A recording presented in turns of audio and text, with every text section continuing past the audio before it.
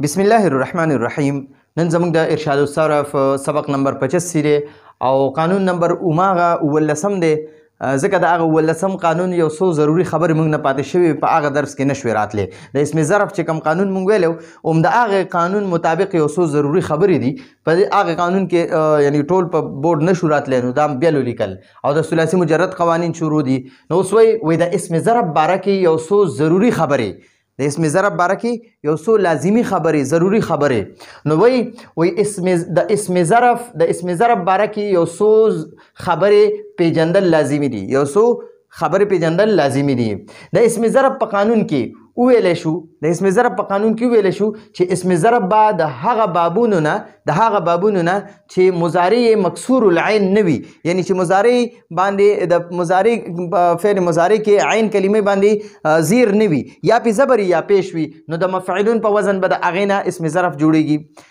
یعنی هغه بابونه چې هغه یعنی د هغې مضارع کې په فعل مضارع کې عین کلمې باندې زیر نه وي، یا پې زبر یا پې پیش وي، نو د هغه اسم ظرف په د مفعلون په وزن راځي. خو مسجدون مشرقون او مغربون د هغه بابونو اسم ظرف دي، چې مضارع مکسور العین نه دي، په مضارع باندې عین کلمې باندې زیر نه دی، بلکې مفتوح العین یا مضموم العین دی، په عین کلمه باندې یا زبر دی یا پیش دی. خو بیا هم د قاعدې مطابق د مفعلون په وزن نه دی. ګوره مسجدون نه دی، مسجدون دا د سجده یسجدو باب نه دی، یسجدو عین کلمه مضموم العین ده.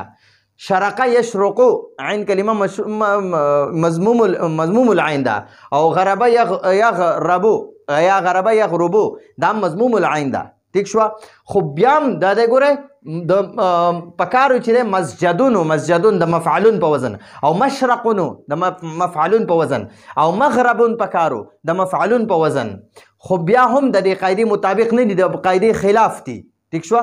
مسجد د سجدې کولو ځای ته وایي، کوم ځای کې چې سړی سجده کوي، یعنی هغه ځای ته وایي کوم ځای کې خلک لمونځ کوي، یعنی جومات ته.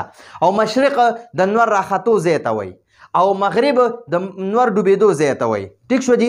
نو دلته کې اوس مونږ سره مسجدون مشرقون مغربون پکارو، خو د دې قاعدې دا مکمل خلاف دي. ټیک شو.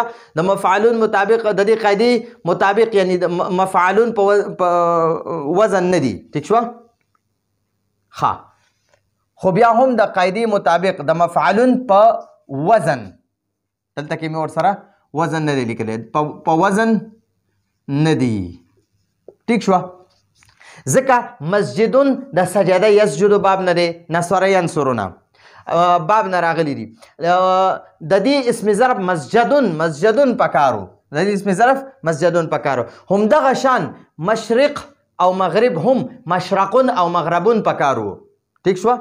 خو اصل خبره داره چې عام صرفیان وایي، عام چې کوم د صرف ماهرین دی هغه وایي چې دا د دې قاعدې نه شاذ یعنی مخالف دی، د دې قاعدې خلاف دی. لیکن بهترین قول د امام سیبوی رحمه الله دی. امام سیبوی رحمه الله وایي چې دا مسجدون نه دی، مسجدون دا اسم جامد دی. مسجدون څه شی دی؟ اسم جامد دی د اسم ظرف په معنا کې. یعنی دا مسجدون چې دا اسم جامد دی، خو معنا د اسم ظرف ورکوي. د اسم ظرف معنا یې ده چې د خاص آبادی نوم دی، د یو خاص آبادی نوم دی. نو چرته چې یو سړی په عام ځای کې چرته د پل د پاسه یا د یوې ګټې د پاسه یا په پټي کې د یوې پولې د پاسه مونځ وکړي او سجده وکړي، نو دغه ځایونو ته مسجد نشي ویلی. هغه ځایونو ته ګوره اوس سړی د یو پل د پاسې مونځ وکړو، نو ته دغه پل ته مسجد ویلی شي؟ مسجد خو جومات ته وایي، موږ ورته جومات وایو، عربی کې ورته مسجد وایي، اردو کې ورته مسجد وایي. نو چې یو سړي د پل د پاسه مونځ وکړو، یا د یو لارې د پاسه مونځ وکړو، یا د یوې ګټې د پاسه ودرېدو مونځ یې وکړو، یا په پټي کې د پولې د پاسه ودرېدو مونځ یې وکولو، نو ته دغه ځایونو ته مسجد ویلی شي؟ بالکل نشي ویلی. مسجد د یو خاص ځای نوم دی، د یو خاص عبادت خانې نوم دی. ټیک شو. د مسلمانانو د عبادت خانې نوم مسجد دی.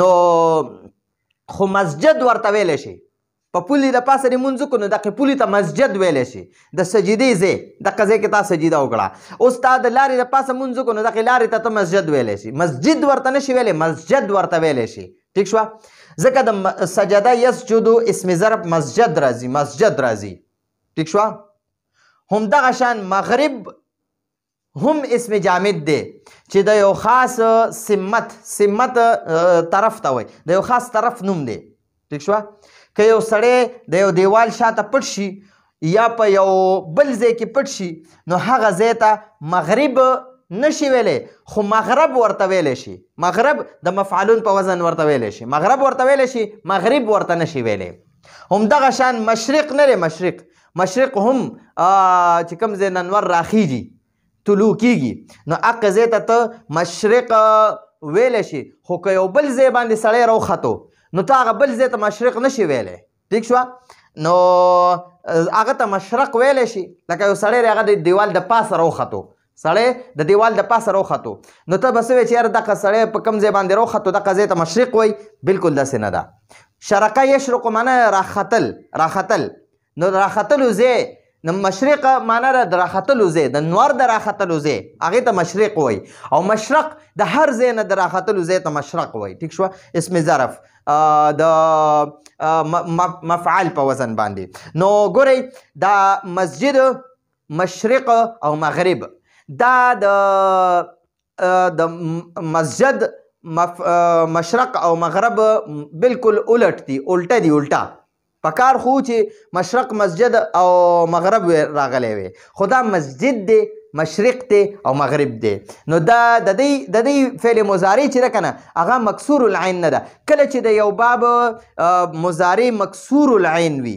مضارع کې عین کلمه زیر والا وي نو بیا به د هغه اسم ظرف د مفعلون په وزن راځي مفعلون اوس وګوره مسجدون نه دی مسجدون دا مسجدون پکارو ٹھیک شو خدا د دې قاعده مخالف ته د عام صرفیانو مطابق او امام سیبوی رحمه الله فرمایي چې نه مخالف نه دی شاذ نه دی دا بلکې مسجد او مشرق او مغرب دا اسم جامد دی او دا د یو ځای دپاره استعمالیږي د اسم ظرف په معنی کې استعمالیږي خو دا اسم جامد دی دا اسم ظرف نه دی ٹھیک شو خو د ظرف معنی ورکوي نور دا اصل کې اسم جامد دی او اسم جامد هغه اسم ته وایي چې نه د هغه د چا نه جوړ شوی وي او نه د هغه نه څوک جوړیږي ټیک شوه نو دا زمونږ د نن ورځې درسو د وروستي چې کوم د اسم ظرف قانون مونږ ووایي د هغې قانون مطابق یو څو ضروري خبرې وي انشاءالله دې نه پس به مونږ بیا د ضربه او مضارب والا قانون وایو نو راتلونکي درس پورې اجازت غواړو هذا هو المرام والله اعلم بحقیقة الكلام